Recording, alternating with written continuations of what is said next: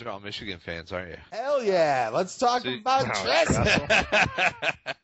Oh, that's the only way they ever possibly could have won. Is if they That's kind of sad, though, isn't it? People are happy because the coach, they might win now. That's what Michigan's become. Yes, it is. Yes, it is. Answer that question properly. That's because of your boy, Rich Rod. They've lost, it's been going on a lot longer. They've lost a whole decade to that guy, except one game. Many years ago. Right, a whole decade lost to his cheating and maniacal ways. Hey, listen, Ohio State sucks. It's funny. I love the whole thing. I mean, it's the best thing about him is he was on the ethics committee for the NCAA, and that's the best thing of getting caught. You're the dude on the ethics committee. Well, I love the shit in the beginning where he's like, I got this information, but I didn't know who to tell. I was just like, what? They did who? What should I'm just, you know what? I'm not really good at the logistical things. That's why I'm a football coach. I just don't see how watching man-on-man porn makes you a better coach. Why must everyone question my method? So it started off funny, and I was appalled right away that there was, I mean, I guess I should have figured there would be nothing but support for the guy, but they never did fire him, which is bullshit. They let him step down, and he stepped down like the day before more bullshit came out. But you know that letting him step down was, they probably didn't even have to say anything. Right, they didn't say anything. What they should have said is, you're fired. What is this? What are you doing? If you can take advantage of a situation in some way, it's your duty as an American to do it. You're sure you just haven't made thousands of mistakes? No, I get it. I'm on to you. How could you be so irresponsible? All right, you're dismissed. I'll take it from here. You're fired! Release the hounds. Excellent. He won him a lot of games, got a lot of money in there. Oh, yeah. Well, if that's the case, then I say the next coach of Michigan should be fucking Kwame Kilpatrick. Well, why don't they get someone from the Southeast Conference instead of... He'll make us a fortune, man. If we'll win games. We'll win games. We'll have fucking pros playing.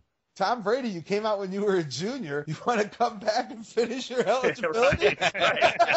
We're going to go ahead and win us a couple Rose Bowls, I guess. Ohio State's going down in flames because they're still saying there's more coming and there's more coming. Oh, yeah, yeah. It'll be USC, though. They won't go. It won't be too much. They're never going to lay the big hammer on anybody. Now, if we're going to be winners, I'm going to need a commitment from you. I want to start seeing D's and F's. I want you to cut class.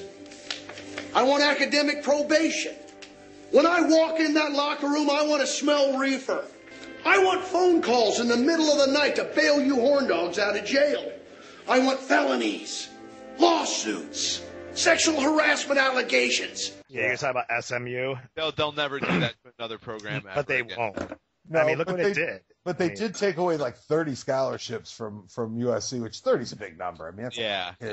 But they'll still draw massive tax. They're still USC. Right, and they're still going to get, instead of 85 good guys, they'll have 60 good guys that aren't going to be, they'll be like Stanford's top guys. And those 60 motherfuckers are going to be ranked number 12.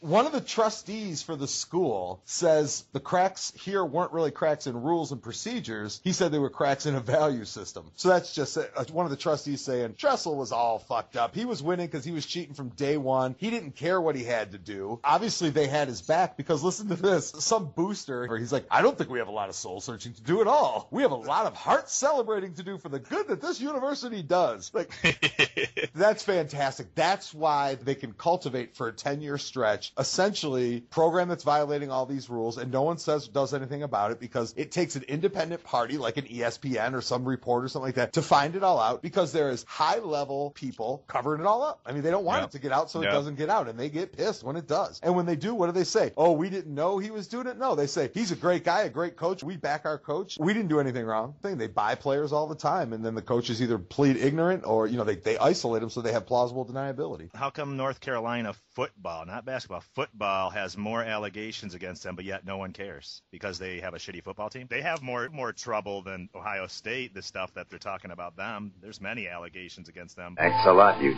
cheating bastard. Ohio State prides itself on that whole level of integrity and excellence that they seem to promote. So when they take a tumble, it's obviously more interesting. So those stories of urine-filled balloons being hurled by Ohio State fans, they probably weren't part of the program, right? I'm thinking that. Yeah. Well, they're not on the payroll, you know? I mean, Well, maybe not. yeah, that's true. Everybody's on the payroll. I think the bigger difference is, okay, yeah, they got all these players doing these things. It hasn't been as highly publicized. But they also don't have the coach lying. They don't have the coach covering it up. They don't have the coach knowing about it and pretending like he doesn't know about it. He's just incompetent. He may be a moronic cretin, a drooling mushhead, a short bus riding, window-licking spaz-ass simpleton, but he is not a retard. But I mean, honestly, what are we saying here? So you gotta cheat? I mean, that goes back to my thing. It's like, fuck them. Hey, fuck them. Fuck them in the ear. What are you talking about? Fuck them in the other ear, that son of a bitch. I don't understand why it's a big deal because it's been going on forever. I mean, this is not new. This is probably going on in the 50s, in the 60s, the 70s. I mean, remember Oklahoma in the 80s? Yeah. They had a bunch of convicts on their team. He had like 10 guys with like assault records. No. You're thinking of Longest I'm Yard. thinking of Oklahoma. No, you're thinking Longest Yard with Burt Reynolds. This year should be hard on them, man. If they put up a good record this year, you got to be impressed because they lost a lot of their top guys. There are some of those dudes that were suspended for 5 games who are still planning on coming back. Yeah.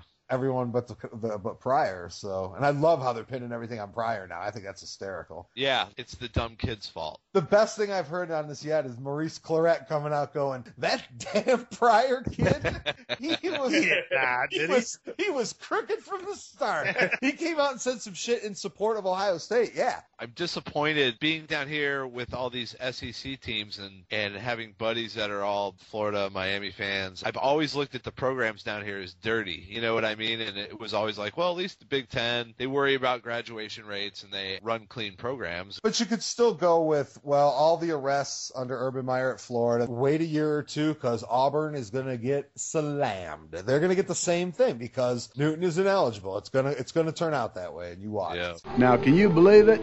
After only 5 years of playing football, I got a college degree. But the hypocrisy of the whole thing, too. Yeah. It's like we're talking about clean and dirty programs. It's like most of those kids don't deserve to go to those schools based on every school attribute except they can run and jump. Every school that has a top 20 program is running a dirty program. It's not just top 20. Everybody is doing everything. You guys try to get your kid into University of Michigan, you know? Right. You know, they have no business being anywhere near a college. I mean, that's why they should almost have a semi-pro league. You know? That's what their college is. It is. They make them money. Everyone kind of gets not everybody. There's a lot of kids ain't getting squat that play football and basketball and whatnot. Well, that's what I'm saying. You know, there's all these other sports too. Those kids, a lot of them aren't rich and they're doing schoolwork and playing the sport. So I don't buy this, oh, you should pay these guys. Like, well, I think they're big enough. They got the celebrityism. They're going to make out. Even the guys who don't make out, they get good jobs from it locally or whatever, typically, unless they're douchebags. What are you looking at, nerd? Huh? I thought I was looking at my mother's old douchebag, but that's in Ohio.